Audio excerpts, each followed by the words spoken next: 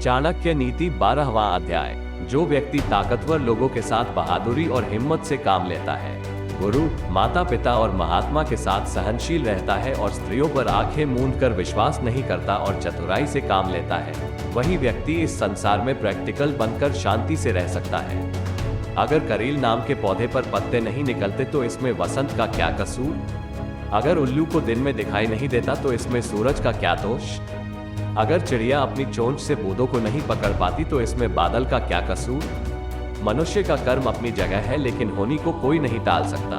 होनी हर हाल में होकर ही रहती है। वही व्यक्ति सुखी है जिसके बच्चे समझदार हो, जिसकी पत्नी अच्छे स्वभाव की हो, जिसके पास मेहनत और ईमानदारी से कमाई हुई धन संपत्ति हो, अच्छे दोस्त हो, जिसे अपनी पत्नी से प्यार और लगाव हो और जिसके नौकर चाकर उसका कहना मानने वाले हो। महात्मा की संगति करने से ही पुण्य मिलता है, क्योंकि ऐसे व्यक्ति अपने आप में ही तीर्थ स्थान के जैसे होते हैं। तीर्थ यात्रा का फल मिलने में फिर भी थोड़ा समय लगता है, लेकिन एक महात्मा के संपर्क में आने से आपके जीवन में तुरंत बदलाव आने लगते हैं। जिस घर में मेहमानों का सम्मान होता है, सबका भला करने वाले ईश्वर की पूजा होती है, घर में हर रोज अच्छा स्वादिष्ट भोजन और मीठा शरबत तैयार होता है, जहाँ पर अच्छे सज्जन लोग के साथ उठने बैठने का मौका मिलता है, ऐसा घर धन्य है, तारीफ के काबिल है। जिस व्यक्ति ने कभी किसी की भलाई नहीं की, ज्ञान हासिल करने की कोशिश नहीं की, जिसकी आंखों ने संसार में अच्छे व्यक्तियों को नहीं देखा, जो अपनी पैरों से अच्छी जगहें नहीं घूमा, जो अपने माता पिता और गुरु के सेवा के लिए उनके पास नहीं गया, ऐसे व्यक्ति का जीवन व्यर्थ होता है। बिना किसी स्वार्थ और अच्छी नीयत से दिया हुआ दान बेकार नहीं जाता। दान देने से आपका धन कम नहीं होता, बल्कि वह कई गुना बढ़कर आपके पास किसी और रूप में लौट आता है।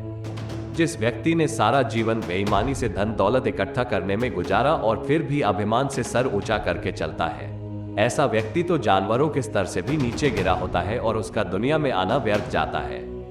जो व्यक्ति अपने कर्तव्य का अच्छे से पालन करता है, उसे सफलता की चिंता नहीं करनी चाहिए, क्योंकि सफलता खुद योग्य व्यक्तियों की तलाश में रहती है। भले व्यक्ति के साथ रहकर बुरा व्यक्ति भी सज्जन बन सकता है, लेकिन दुष्ट व्यक्ति के साथ रहकर भला व्यक्ति दुष्ट नहीं बन जाता।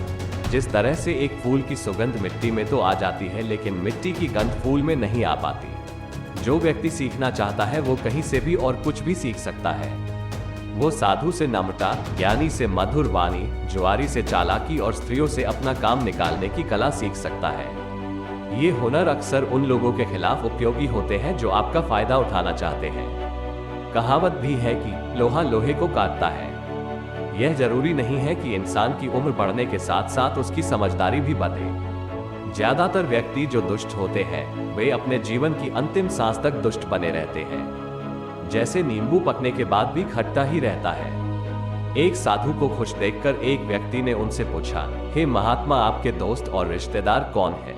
इस पर वे साधु बोले, सत्य ही मेरी माता है और ज्ञान मेरा पिता है, धर्म ही मेरा भाई है और दया मेरी बहन है, शांति मेरी पत्नी है और क्षमा और सहनशीलता मेरे बेटे हैं। ये 6 लोग ही मेरे परिवार के सदस्य हैं, मेरे दोस्त रिश्तेदार हैं। मनुष्य जानता है कि जो भी व्यक्ति या जीव इस संसार में जन्म लेता है, उसकी मृत्यु भी निश्चित है।